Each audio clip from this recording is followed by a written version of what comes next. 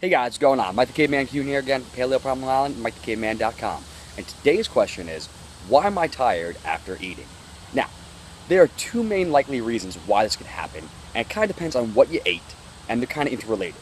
If you just ate something that's full of fast-digesting carbohydrates, particularly sugar, what you may be looking at is reactive hypoglycemia. Basically, you just gave yourself a huge bolus of sugar, which caused your blood sugar to jump, caused your insulin to jump, which then caused your blood sugar to drop. You lose energy. There's nothing there. Lethargy is a common result in hypoglycemia. Now, the other main reason would be to chronically low cortisol levels. This would probably be the case if you just ate something that was rich in fat or protein. The reason being, cortisol, its main job is to act as one of your stress hormones in your fight or flight. So it gets activated in the stress response to get you up and moving. When you wake up in the morning, it should be at its highest levels because it's basically your natural alarm clock. Now the problem is, and we've talked about it before, is that we have a lot of daily stressors. We're not adapted for those little stresses that build up over time and increase our allostatic load. We were generally exposed historically to short, acute stresses that were gone, and then our bodies were able to go back to homeostasis, go back and regulate themselves. But we have those chronic little stresses that eventually cause us to break. And eventually, similar to diabetes and insulin resistance, our bodies can become resistant to cortisol to the point that it no longer produces it at adequate levels. Why is that a problem? Well, one of cortisol's main jobs is to liberate sugar in that stress response. So, we get another case of low blood sugar. So, we're getting lethargy due to that low blood sugar because we can't mount that stress response because we've been too chronically stressed. Crazy cycle, I know. So if you want to be able to mount that acute stress response and have energy throughout the day, you want to make sure to manage all the little ones. You don't want your allostatic load to be too high. So either way though, the likely result of your lethargy is inadequate blood sugar or blood sugar dysregulation. So what do we do about it? Well, if we're talking about reactive hypoglycemia, what you're going to want to do is to get onto a lower carbohydrate diet. Lots of vegetables, lots of quality fats, lots of quality animals. Eat those, and those will keep your blood sugar from spiking and dropping immediately. So you're not going to get that reactive hypoglycemia response. If, however, we're talking about deranged cortisol, if we're talking about advanced adrenal fatigue, or more accurately, HPA axis dysregulation, what you're going to want to do is to eat quality carbohydrates.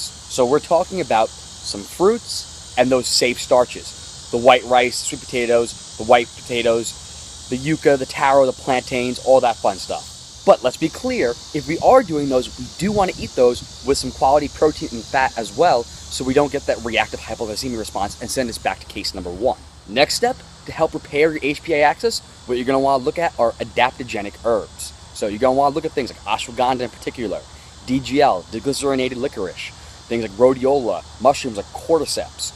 Those will help with regulating your HPA axis. It helps to regulate the cortisol release. It doesn't artificially stimulate, it doesn't artificially suppress. It helps modulate them. That's huge. Next thing, focus on your gut. Comes back again, I know. But always be eating your quality bone broth and gelatins, getting in a quality probiotic like Megaspore.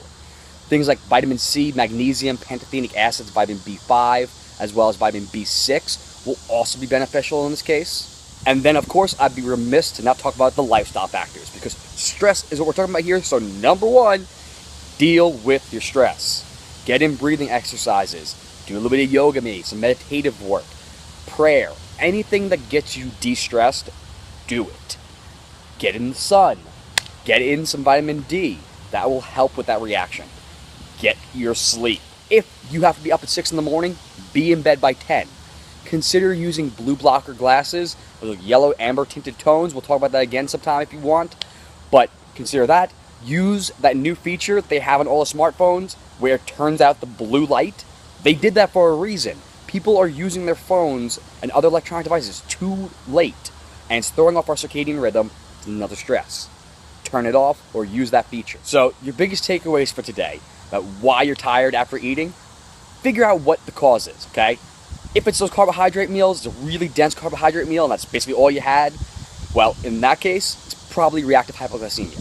If, however, it was after a fat or protein, you're probably looking at some HPA axis dysregulation, so you're going to want to focus on that. Either way, biggest thing, eat real foods. The biggest difference is whether we're going to be including in more of those safe starches and fruits. So if you have the HPA axis dysregulation, that's the time to be including those.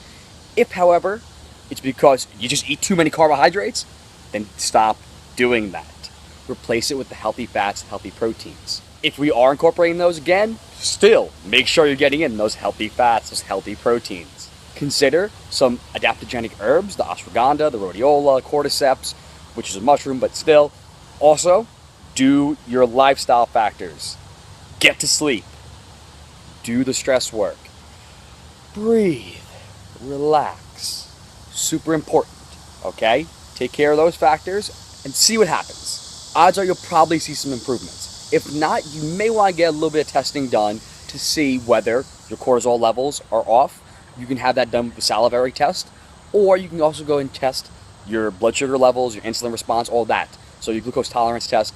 That way you can see for sure which one it is and how it reacts. Either way though, start with the lifestyle factors, start with the nutritional changes, and odds are you'll see the improvements you want to see.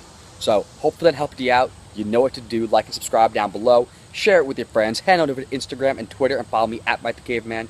Over on Facebook at Paleo Problem Island, and of course over on MikeTheCaveman.com. That being said, have a wonderful rest of your day. Stop stressing, and I'll see you tomorrow.